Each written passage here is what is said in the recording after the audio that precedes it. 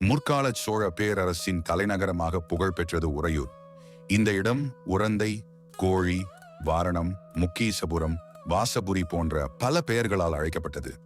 இவ்வூரின் காவல் தெய்வமாகவும் சோழர்களின் குல தெய்வமாகவும் போரில் வெற்றி அளிக்கும் கடவுளாகவும் விளங்குபவள் வெக்காளி அம்மன்.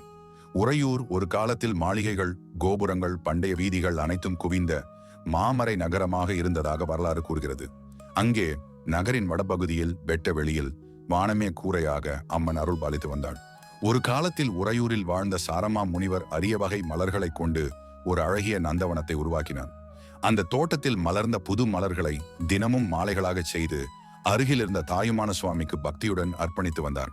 ஆனால் அப்பகுதியில் இருந்த ஒரு பூ வணிகன் அரசனை மகிழ்விக்க முனிவரின் நந்தவனத்தில் இருந்த மலர்களை திருட்டுத்தனமாக எடுத்து சென்று அரசனுக்கு வழங்கினான். ஒரு நாள் இதனை கவனித்த சாரமா முனிவர் நேராக அரசனை சந்தித்து தன் குறையை சொல்லினான். ஆனால் அரசன் முனிவரின் விண்ணப்பத்தை பொருட்படுத்தாமல் அதற்கு மாறாக அந்த பூக்களை திருடி சென்ற வணிகனையே ஆதரித்தான். இதனால் கோபமடைந்த முனிவர் தாயுமான சுவாமியிடம் முறையிட்டார். அந்த கோபத்தின் விளைவாக கிழக்கு நோக்கியிருந்த தாயுமான சுவாமி தன் பார்வையை மேற்கு பக்கமாக திருப்பினான். அவரது ஊக்கிர பார்வையால் உறையூரில் மண்மழை பொழிந்தது. வீடுகள் இடிந்து மக்கள் பெரும் துயரத்தில் ஆழ்ந்தனர். செய்வதறியாது திகைத்த மக்கள் வெக்காளி அம்மனிடம் சரணடைந்தனர். மக்களுக்காக தாய் வேண்டியதன் பயனாக மண்மழை நின்றது. ஆனால் மக்கள் வீடுகளை இழந்திருந்தனர்.